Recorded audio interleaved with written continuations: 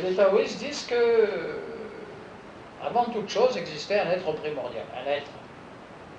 Appelons le mot si vous voulez, avec un M, si vous voulez. Les Chinois avaient un M si vous voulez, mais enfin, c'était pas. Il y avait des mots aussi chez les Chinois. Mais c'est universel, là il parle dans le sens universel. Il était avant toute chose existante, il a toujours été là, et il était avant. Et puis, un jour, il s'est manifesté, et les choses manifestées ont été appelées ciel et terre. Ciel, c'est l'univers, bien sûr. Il ne faut pas voir le ciel tel que le ciel, le firmament, c'est l'univers. Bon. Et la terre, c'est toute la matière. Les planètes, les soleils,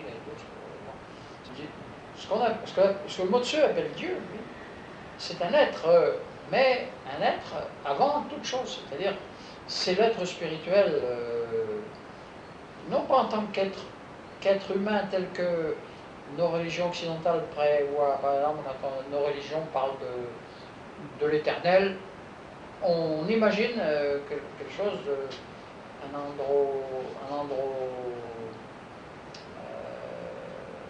un andromorphe, c'est-à-dire un homme puissant. On le représente avec une barbe d'ailleurs, Dieu au-dessus de tout, sur un nuage, et tout c'est le symbole qu'ont employé les Hébreux. Alors, il y a maintenant le Tao. Le Tao qui lui, on a donné un nom à ça.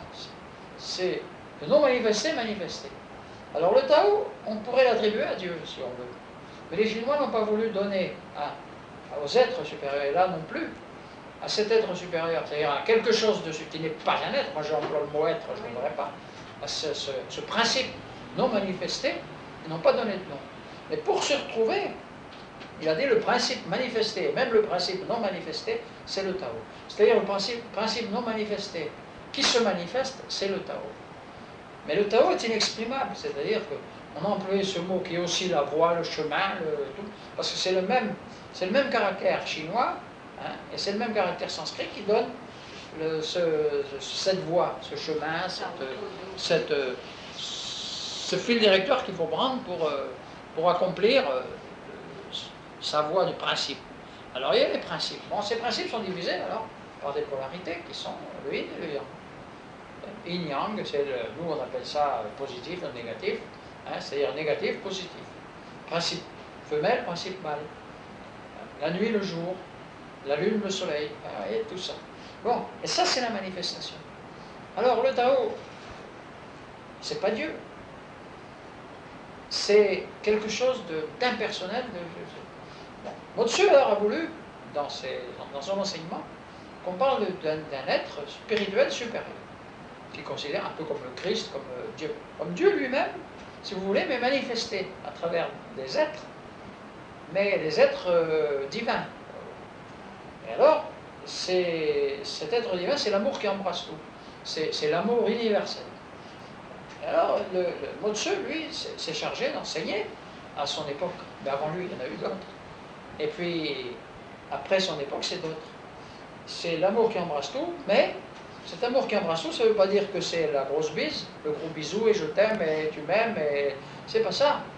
C'est le maintien des valeurs morales, des valeurs positives, si vous voulez, des valeurs du bien.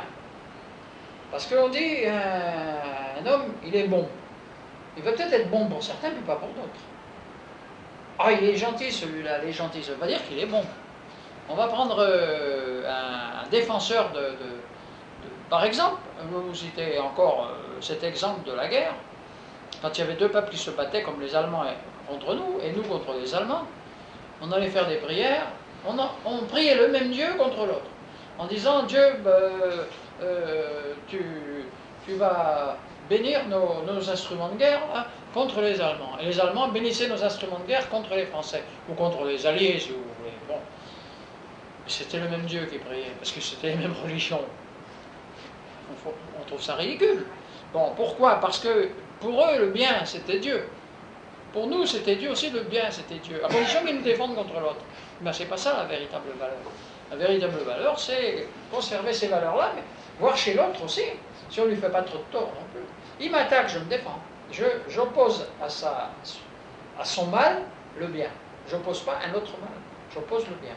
Mais le bien peut être aussi un combat qui peut lui faire mal, parce que c'est le choc en retour à ce moment. C'est la légitime défense, c'est ça. C'est le sabre du samouraï. Le sabre du samouraï, moi j'ai un sabre, c'est pas pour tuer les autres, c'est pour défendre le bien. Bon, avec ce sabre un jour, je vais en tuer quelques-uns. Mais ceux-là, c'était inélusible. Mais de cet amour qui embrasse tout, pour qu'il soit valable, il faut sortir les épines. Un amour ne peut pas être pur s'il est rempli d'épines. Et c'est ça, l'amour qui embrasse. Et Dieu est rassemblé dans ces.